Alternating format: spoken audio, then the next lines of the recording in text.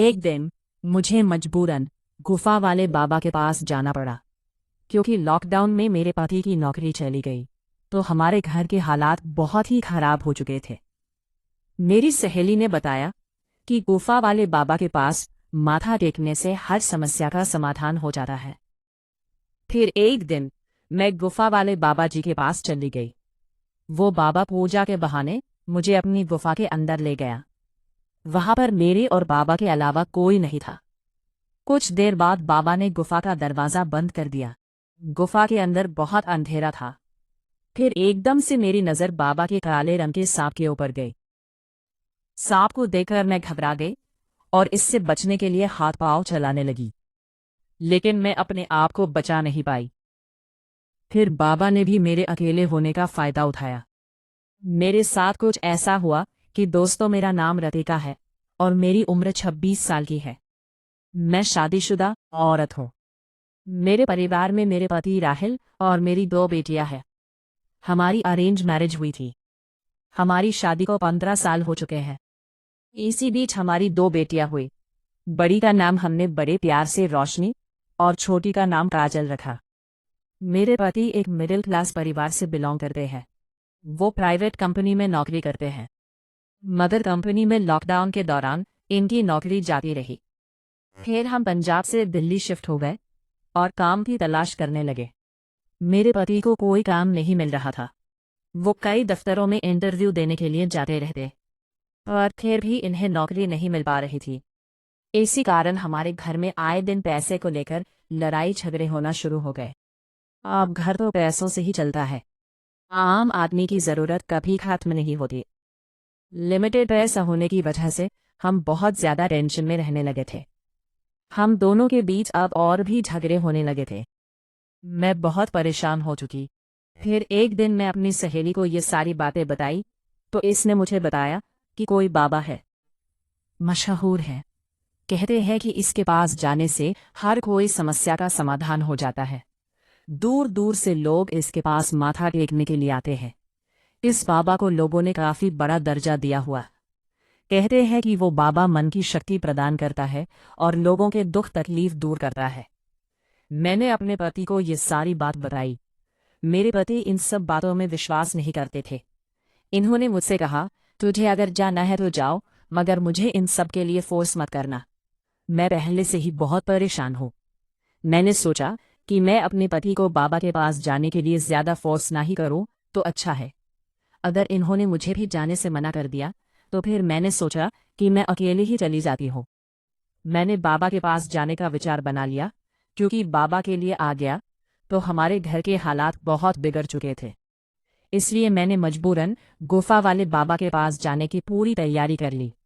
मैं ये सोच रही थी कि शायद इनके पास हमारी परेशानी का उपाय होगा।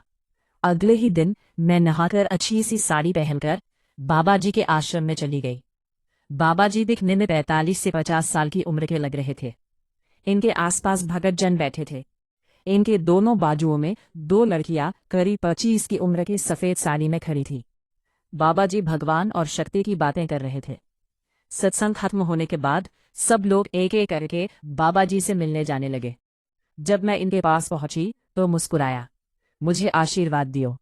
कहने लगे, पुत्री, तुम्हारे माथे की लकीर देख के लगता है कि तुम घर कष्ट से गुजर रही हो। बाबा जी से कष्ट दूर कर देंगे, कल्याण हो जाएगा। बाद में बाबा जी और लोगों को मिलने लगे और मुझे इंतजार करने का। मैं साइड में बैठकर इंतजार कर रही थी। सबके जाने के बाद बाबा जी ने मुझे बुलावा भेजा तो मैं इनके पास गई। बाबा जी के साथ इनकी 2 सेविका भी थी जिन्होंने सफ़ेद साड़ी पहन रखी थी। एक शिष्या भी थी जिसने धोती पहननी थी। बाबा जी ने मुझे अपने सामने बिठाया। पूजा करने लगे। इनकी सेवा के पीछे दिया लेकर खड़ी थी। बाबा जी की आंखें बंद थीं और वो अपने होठ हिलाते जा रहे थे, जैसे कि मन में कुछ मंत्र कर रहे हो। फिर बाबा जी ने आंखें खोली और मुझे गंभीरता से देखकर कहा, जिसका डरते हुए वो पुत्री, तुम्हारी जन्म प्रतिज्ञा में दोष है, जिसकी वजह से तुम्हारे परिवार के विकास में बाधा आ रही है। इसके लिए तुझे पूजा करवानी होगी। इसका उपचार करना पड़ेगा। बाबा जी की बात सुनकर मैं थोड़ा घबरा गई। मैंने बाबा जी से कहा, बाबा जी, मैं बहुत ही मुश्किलों से गुजर रही हूँ। आप कोई भी पूजा, कोई भी उपाय बताए, मैं कोई भी पूजा करवाने के लिए तैयार हूँ। जितना खर्चा आएगा आप मुझे बता दीजिए। हम लोग बहुत ही परेशान हैं, इसीलिए मैं आपके पास आई हूँ। फिर बाबा जी ने कहा, कल तुम माँ के लिए नए बिस्तर पहनकर, बिना सिंदूर लगाए और बिना मंगलसूत्र पहने आश्रम में आ जाना। हम कल से पूजा शुरू कर देंगे। ध्यान रहे, किसी को भी इस पूजा के बारे में मत बताना, वरना विघ्न फाड़ जाएगा। और घर में भी किसी की कुछ भी नहीं बताना कि मैं कहाँ पर जा रही हूँ। शायद मैं बता देती कि मैं कहाँ जा रही हूँ तो अच्छा होता है, लेकिन बाबा जी ने कहा था कि पूजा में विघ्न पड़ेगा, इसलिए मैंने किसी को भी नहीं बताया। फिर मैं वहां से निकल के अपने घर आ गई। पूरी रात मैं सो नहीं पा रही थी। मैं ये सोच रही थी कि मेरी कुंडली में दोष है, मेरी वजह से पूरे घर में मुसीबत आई है और अब मैं ही इसे सुधारूंगी। अगले सुबह मैं अपने पति को नाश्ता करा के अपने बच्चों को स्कूल छोड़ने के बाद वापस घर आई। मेरे पति भी नाश्ता करके ऑफिस के लिए निकल चुके थे। मैंने घर का सारा काम खत्म किया, फिर नहाने चली गई। मैं अच्छे से नहा के एक पीले रंग की साड़ी में तैयार हुई और फिर बिना सिंदूर लगाए, बिना मंगलसूत्र के बाबा जी के आश्रम में चली गई। आज आश्रम में कोई नहीं था। मैं ये देखकर घबरा गई कि आज आश्रम बिल्कुल खाली क्यों है। मुझे अकेले वहां पर डर लगने लगा। मैंने शिष्य से पूछा कि आश्रम खाली क्यों है, तो इस शिष्य ने मुझे बताया कि गुरु जी के शिष्यों ने सबको कॉल करके बता दिया कि आज आश्रम में कोई अनोखी पूजा है, जिसके कारण बाबा जी आज किसी से नहीं मिलेंगे। मैं वहां पहुंची तो बाबा जी, इनकी सेवकियों ने बताया कि बाबा जी गुफा के अंदर हैं, वो तुम्हारा इंतजार कर रहे हैं। वो मुझे बोल रही थी, तुम बहुत ही भाग्यशाली हो जो तुम्हें बाबा जी के पास गुफा के अंदर जाने का मौका मिले, क्योंकि बाबा जी गुफा के अंदर हर किसी को नहीं बुलाते। फिर इन्होंने मुझे गुफा के अंदर जाने का रास्ता दिखाया। मुझे गुफा के अंदर कमरे में ले गए। वहां अंदर एक बेड था और उस बेड के सामने वाली जगह में बाबा जी एक तकिया वेदी खड़ा था। मैंने सोचा कि ये बाबा जी यज्ञ भी करते हैं और फिर रात में सोते होंगे। मेरी सोच को रोकते हुए इनकी एक शिष्या बोली, तुम बिल्कुल सही जगह आए हो, बाबा जी तुम्हारी हर इच्छा पूरी कर देंगे। इनके पास बहुत बड़ी शक्ति है, तुम बाबा जी के साथ यही बैठो। हम लोग बैठ जाते हैं। तुमने किसी को बताना तो नहीं है कि तुम यहाँ ही हो। मैंने ना में सर हिला दिया। बाबा जी ने मुझे बैठने के लिए कहा। मैं और बाबा जी वहीं फर्श पर बैठ गए। बाबा जी मंत्र बोलकर अग्नि में घी डाल रहे थे, तो वो मंत्रों का उच्चारण करते जा रहे थे। फिर एक सेविका बाहर से दूध का गिलास लेकर अंदर आई। बाबा ने थोड़ा दूध अग्नि में डाला और बाकी दूध हाथ में पकड़कर कुछ मंत्र बोला। फिर वो दूध मुझे पीने को कहा।